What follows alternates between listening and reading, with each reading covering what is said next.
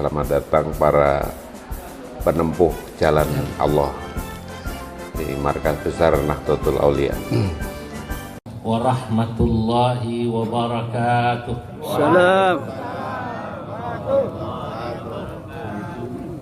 Alhamdulillahilladzi faddala al-ulama bi syarafil izzi was safa wa asyraqa qulubahum wa uqulahum bi anwaril baha.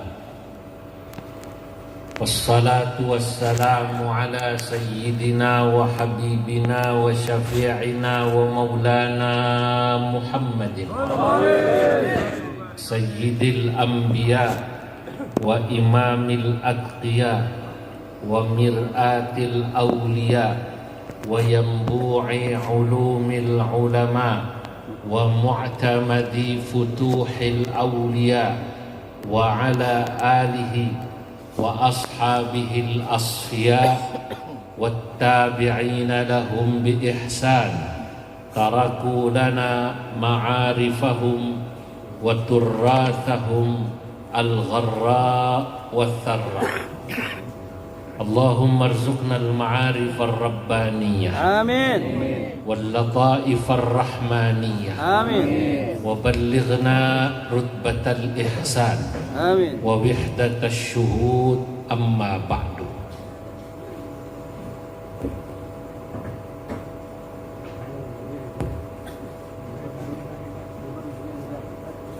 Fa inna Allah ba'atha sayyidana Muhammadan nabiyyan wa rasulah wa arsalahu Allah bil huda syahidan wa mubasysyiran wa nadira wa da'iyan ila Allah bi idnihi wa sirajan munira wa amara bit ta'allumi wat tafaqquh wa man arada lahu khairan yufaqihhu fid din wa rafa'a sya'nal ilmi wal ulama wa ja'ala al ulama warathatal anbiya fa idza kana la rutbata fawqa an-nubuwah fala syarafa fawqa syarafil wirathah litilka ar-rutbah fa yatabaran nasu linaili dzalika asy-syarafil 'azim fama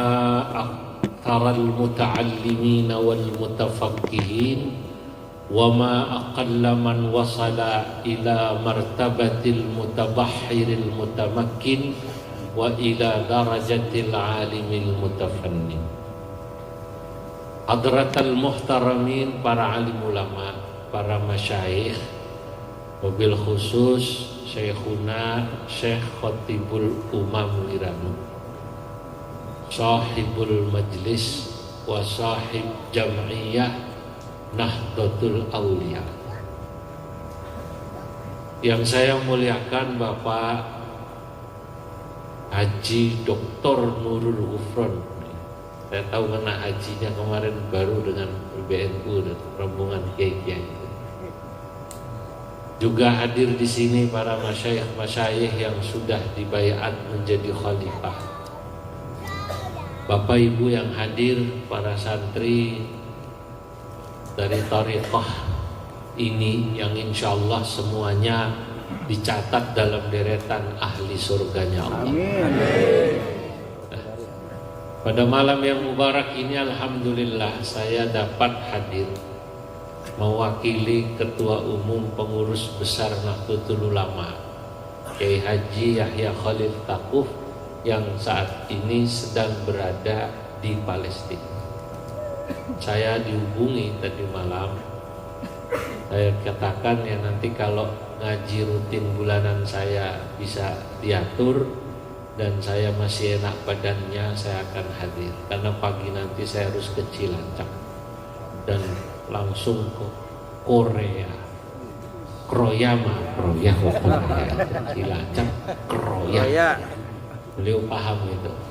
Tapi memang saya pernah ke Korea Selatan, ketua PCI NU-nya orang Kroya, namanya Abdullah. Kata saya, sampan ini orang Kroya jadi ketua PCI NU di mana? Korea. Kok bisa pas, kata saya gitu. Kemudian insya Allah saya nanti ke Majenang, ya dari Cilacap, Roya ke Majenang, acara Torekoh juga. Berkumpul Torekoh di sana di tempatnya Kiai Subki, Pondok Al-Mizan. Saudara-saudara, Bapak Ibu yang dimuliakan Allah, pastinya pengurus besar Nahdlatul Ulama merasa senang karena salah satu di antara amaliyah para ulama itu ya Torekoh ini. Ya. Walaupun sesungguhnya Torekoh itu jangan diartikan sempit. Karena Torekoh itu sebagaimana dari sisi lafadz maknanya adalah jalan. Jalan menuju Allah Subhanahu wa ta'ala. Torekoh Qadiriyah wan Naqsyabandiyah, Torekoh Khalidiyah wan Naqsyabandiyah, Torekoh Syadiliyah dan yang lain-lain itu adalah salah satu bentuk jalan menuju Allah, tapi lewat memperbanyak wirid dan juga membersihkan hati. Itu cuma salah satu jalan. Tapi jalan sendiri menuju Allah Subhanahu wa ta'ala banyak. Secara umum Al-Imam Ibnu Athaillah Al-Iskandari dalam kitab Hikamnya mengatakan bahwa para walinya Allah itu, kekasihnya Allah itu secara umum dibagi untuk menjadi kekasihnya Allah lewat jalan khidmah dan lewat jalan mahabbah secara umum. Beliau katakan qaumun aqamahumul haqq li khidmatihi wa qaumun ikhtassahum bi mahabbatihi kullan numiddu haula wa haula min ata'i rabbik wa ma kana ata'u rabbika mahdzura. Begitu kata Imam Ibnu Athaillah. Qaumun, ada sekelompok kaum, aqamahumullahu li khidmatihi, yang Allah tempatkan menjadi kekasih Allah dalam makom khidmah. Itu Pak Nurul, makom khidmah. Khidmah itu kan melayani.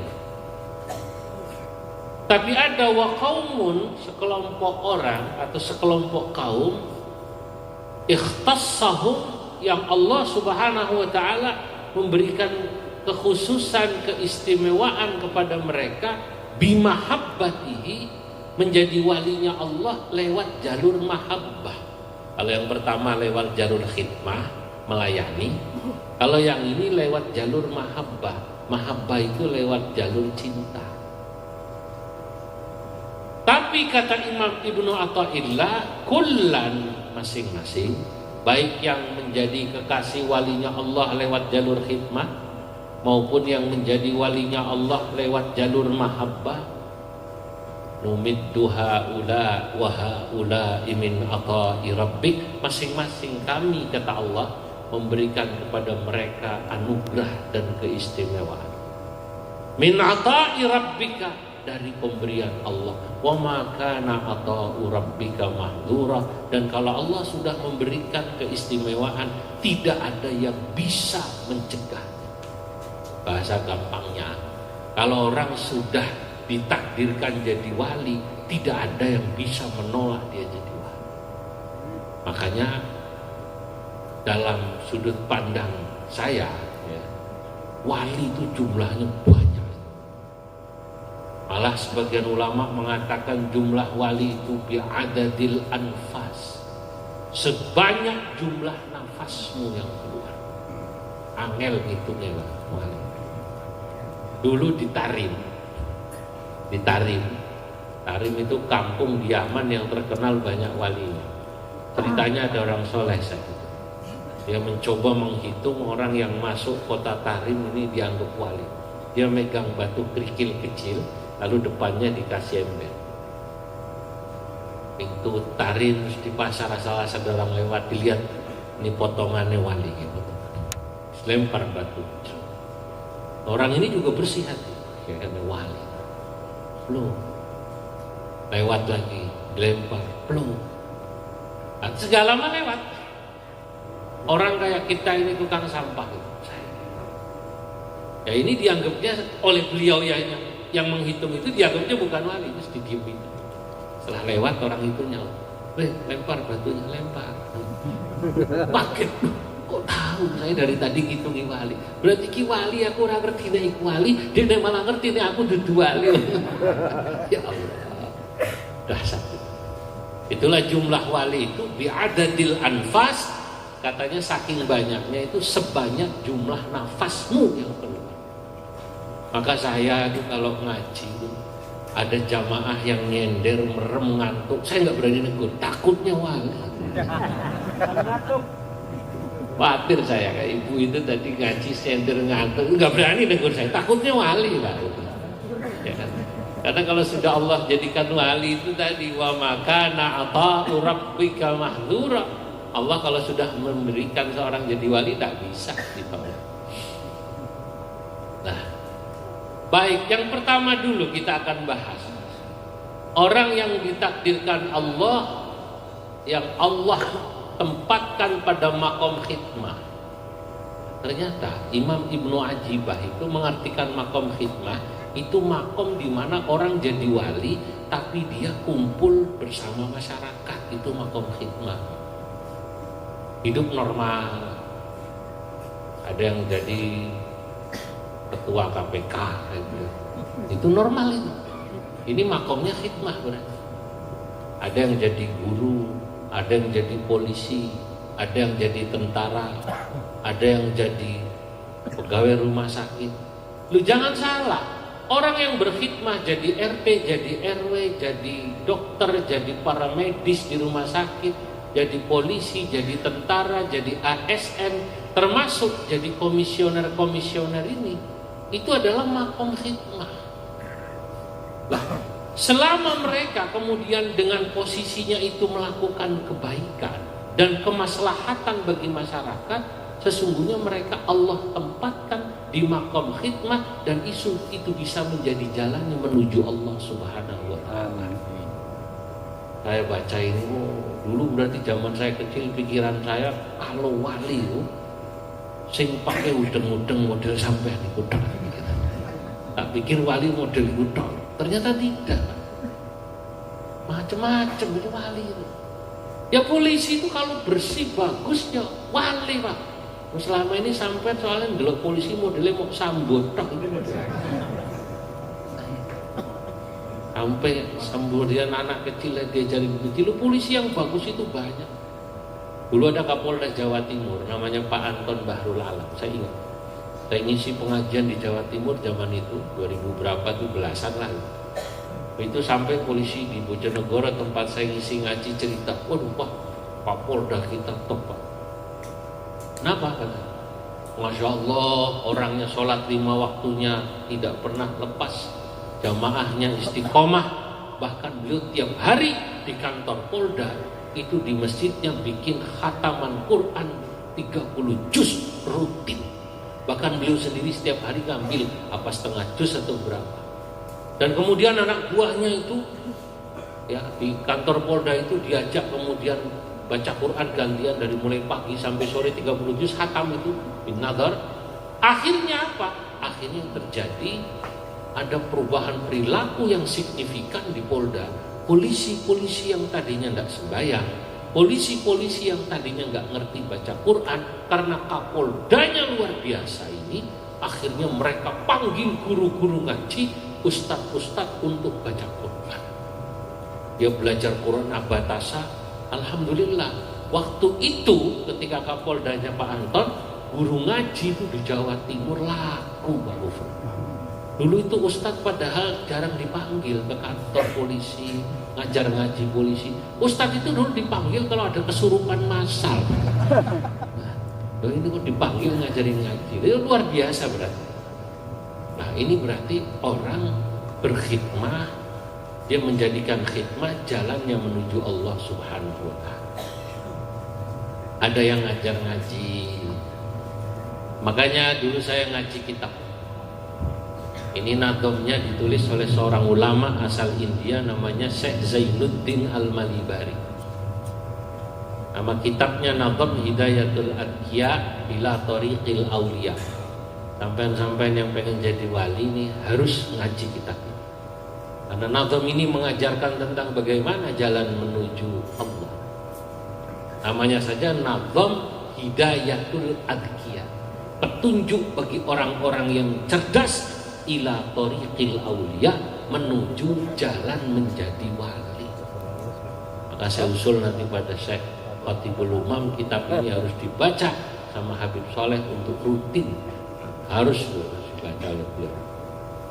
Ditulis oleh seorang ulama dari India bernama Syekh Zainuddin Al-Malibari. Asalnya Malibar, Malabar India. Cuman santri karena nggak ada harokatnya salah baca, jadi Syekh Zainuddin Al-Manyoboro. Dikira di Jogja. Disarahi oleh kakek buyut kami Syekh Nawawi Al-Bantani. Syekh Nawawi mensarahi, nama sarahnya Salalimul Fudala. Apa kata beliau?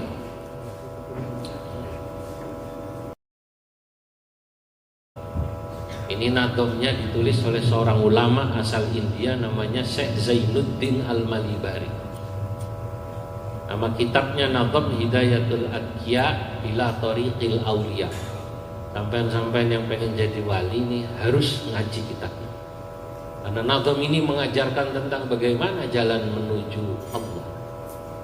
Namanya saja nazam hidayatul adqiyah, petunjuk bagi orang-orang yang cerdas ila thariqil auliya, menuju jalan menjadi wali.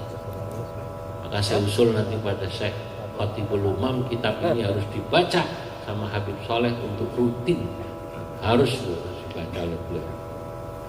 Ditulis oleh seorang ulama dari India bernama Syekh Zainuddin Al-Malibari. Asalnya Malibar, Malabar India. Cuman santri karena nggak ada harokatnya salah baca, jadi Syekh Zainuddin Al-Manyoboro. Dikira di Jogja.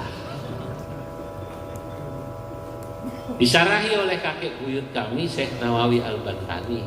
Syekh Nawawi mensarahi, nama sarahnya Salalimul Fudala. Apa kata beliau?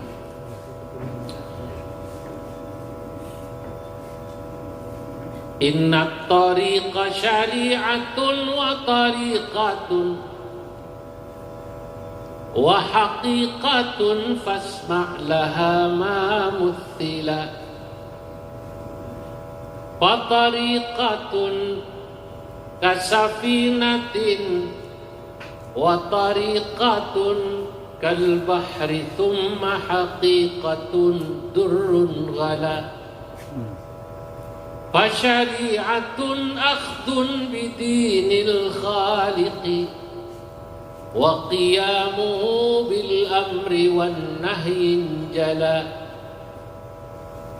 Wa tariqatun akhdun bi ahwata kal waraq wa azimatun kariyadatin mutabattila.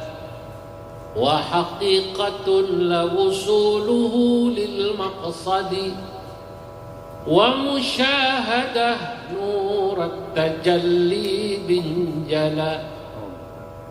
Wa likulli wahidihim tariqun min turuq yakhtaruhu fayakunu min dawasila.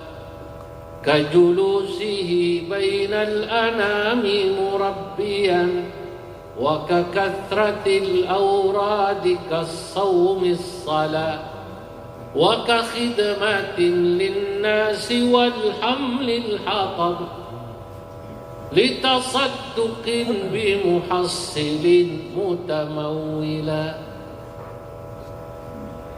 Inna tariqa, sesungguhnya jalan menuju Allah itu dimulai dengan fase syariatun, fase syariat, baru patorikotun, baru fase tarekat, wahakikotun, baru fase hakikat.